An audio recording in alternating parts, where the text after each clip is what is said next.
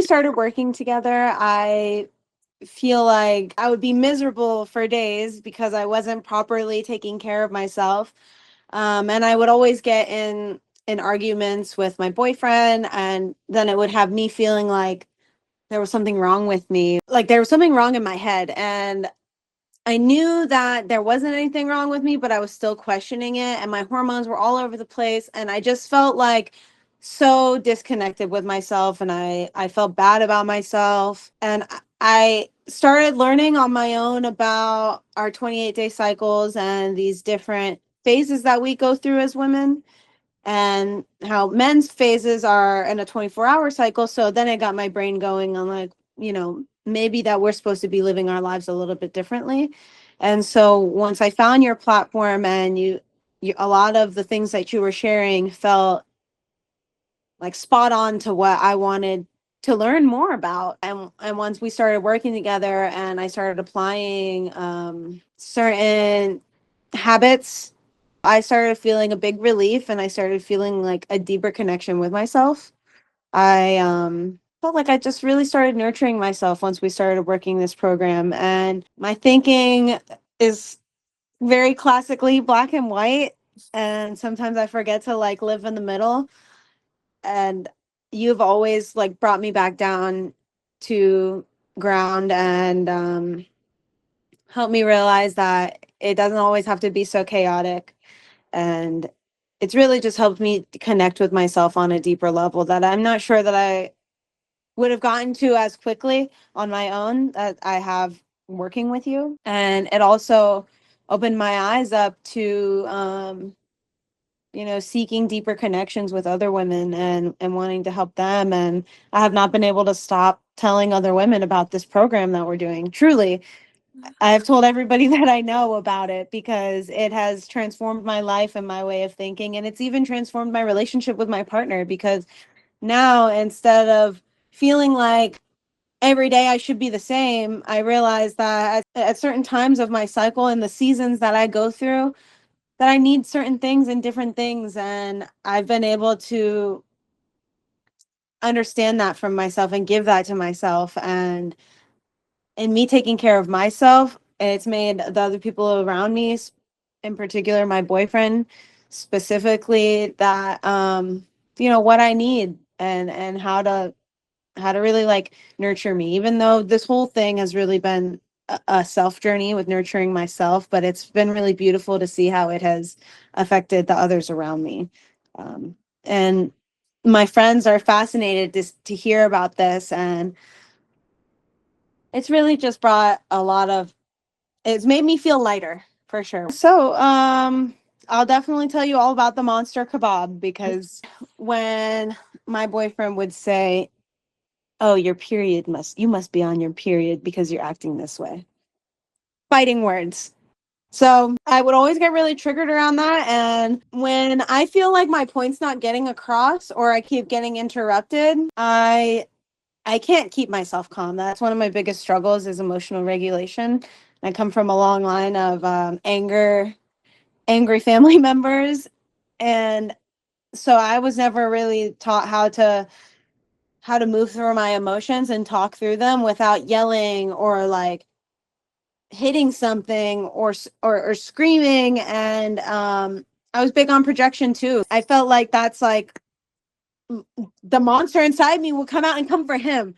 And it's because he's the closest one to me that he gets the brunt of it. And I think really what it was, though, is that monster was really getting, it's like the kids movie with the emotions. There's like all these different emotions working the panel in your brain. And it made me start wondering, what is this PMS monster? Maybe it's not a monster. Maybe it's just an emotion in my brain that's signaling to me that there's something that I need. And it doesn't have to be from somebody else. And maybe the projection of these emotions onto somebody else is actually being targeted towards the wrong person. Maybe how can I take these emotions and flip them around and like feed back to myself?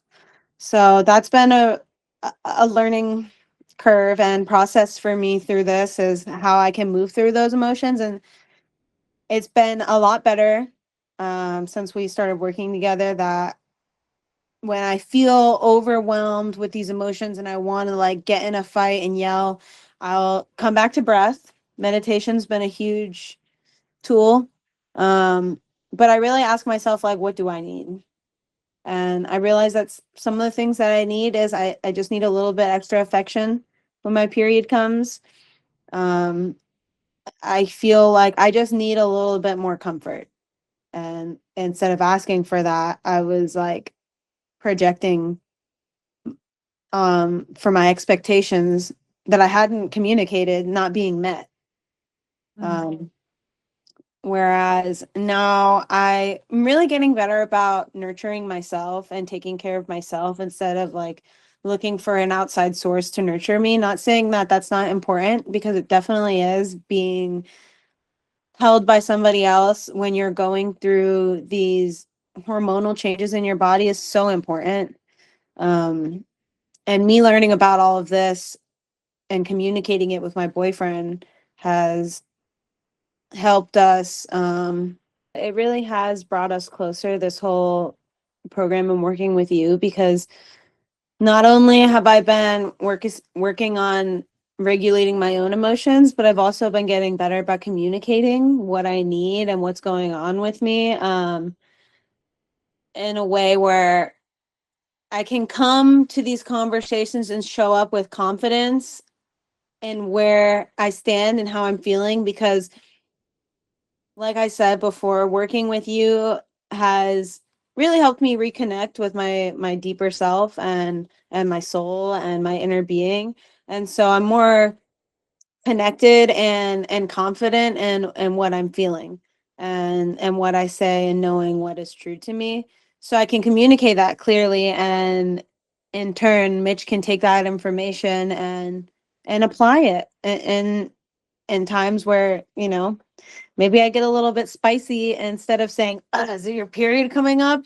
He knows not to say that. In a way, he just kind of, all right, turns the volume down a little bit, lets me be, will get me a snack, or, just do something that he knows that will make me feel better. He's like recognizing these things. But I don't think that we would have gotten here had I not really like taken this time to be intentional about making that connection with myself. Because I think we're all so caught up in the day to day and what we have to do next and our future goals, that a lot of us forget to be present and where we are now. Um, so I couldn't really like ever pinpoint when we would fight what it was, whereas now we can really communicate it on a deeper level, which is, it's been amazing. To my surprise, it made me realize that maybe I just wasn't communicating properly on what I needed, and that maybe it's not always the other person, but maybe it's like, what I can work in on myself and how I can communicate that, and then they know, so there's no unrealistic expectations. I was really like creating these unrealistic expectations in my mind of what I needed and what I wanted without communicating it verbally, just kind of expecting them to know. Whereas now I'm less afraid to use my voice. That was another huge thing that I wanted to work on with you, was being able to use my voice and just clear that blockage that I felt in my throat. And I really feel like we've been chipping away at whatever there was in there together. Because you've helped me, you've created this safe place for me to talk about whatever it is that's on my mind, without feeling like I could disappoint you or let you down. And that's been really, really healing for me, extremely healing. And I think that whoever you meet and work with later on, you'll definitely be able to offer this healing energy for them and this healing space to just be authentically themselves. And that's what it did for me. So,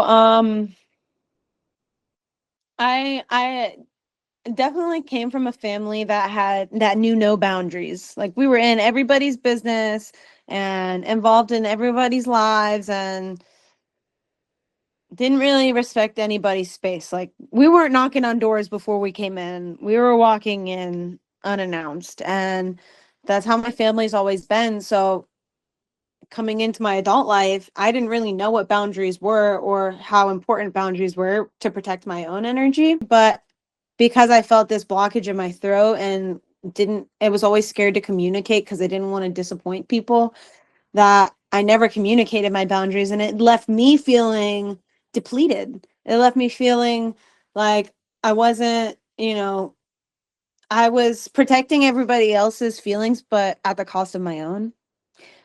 And that's no way to live, because then it brought my own self-confidence and self-worth down, because I was still feeling like not seen, not heard, even though everybody else was fine in my eyes. But I was really like controlling the narrative by doing that, and not taking care of myself. So I realized that how other people react to things is not really my business. Um, this book that I'm writing and that I'm living in right now, it's my story. It's nobody else's. And in their eyes, I can be the villain or the hero or whatever, but again, it's not my business what's going on in their story. And so for me to realize that this is my book and I'm the author and I'm the main character, changing that narrative, um, and being unapologetically myself and applying that to my life has been monumental in my growth. And I do feel like my own confidence and self-worth is on the up the more that I set these boundaries. And one thing in learning these boundaries is that I constantly felt like I had to explain why I was setting these boundaries, which is okay when you're talking to the people that you love, like your closest family members or your partner. You want to explain so that they can understand where you're coming from. But not everybody needs an explanation. And I was giving everybody this long-winded explanation that sometimes they don't even care for it, you know? And it was just becoming mentally exhausting. So now I'm just getting better about setting boundaries for myself, and saying no when I know that I need to reserve my energy. Another thing about this boundaries and my own life, I used to just set plans whenever, and now I try to strategically set plans around certain phases of my cycle, so I know that my energy will be up there for me to go do certain activities, versus when I know that I'm going to be coming into my like late luteal phase, I'm not making any plans. If I get invited to do something, it's okay for me to say no without having to explain why. And I've learned too that my real friends, they understand. Instead of saying, beating me up for it, they're happy that I'm being honest and taking the time for myself. And then in turn, I don't get mad at people for saying no to me. That's another huge up that I've learned from this. So I don't take other people's boundaries personally anymore. Honestly, I feel like I was better able to articulate my boundaries once I was freed from this idea or notion that whatever I say or feel is going to hurt somebody else. Really just like being able to communicate freely, being able to speak freely, having this safe place to communicate with you. And you would always ask me questions that would kind of lead me to my own answers within myself. But you would ask me questions in a frame of it not so black or white, but like in the gray. And one thing that has been really helpful is switching my I'm sorries to thank yous. And I had heard that before you, but didn't really start applying it to my life until we started working together. And it made me view apologies differently. I don't say I'm sorry when I'm walking past somebody anymore. I say, excuse me or pardon me, because I'm not sorry for being there. We have to like stop that. We have to stop being sorry for being ourselves and just be thankful for the people that accept us as we are. Through this program with you and learning how important it is for me to nurture myself, I've reconnected with my garden.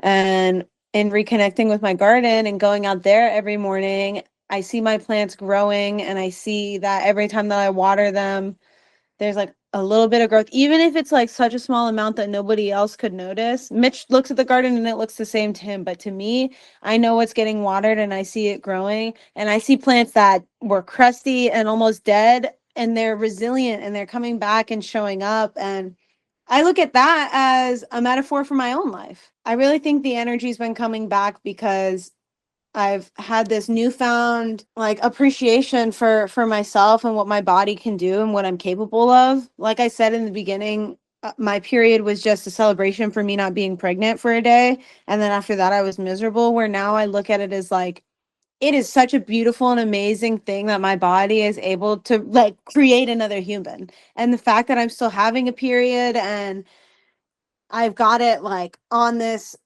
it's regular and it's normal and it looks healthy, and it makes me really appreciate what my body can do, and how resilient we are as women. I think that recognizing my power, returning it to my plants, it's kind of like a full circle. We're like feeding into each other. We all have the same amount of time in a day, and we really do only get one life in this vessel that we're living in. Um, So wouldn't you want to make it like the best quality of life that you can? At the end of the day, like money is finite, but the experiences that we have and the things that we can learn from each other and uplift each other is kind of priceless.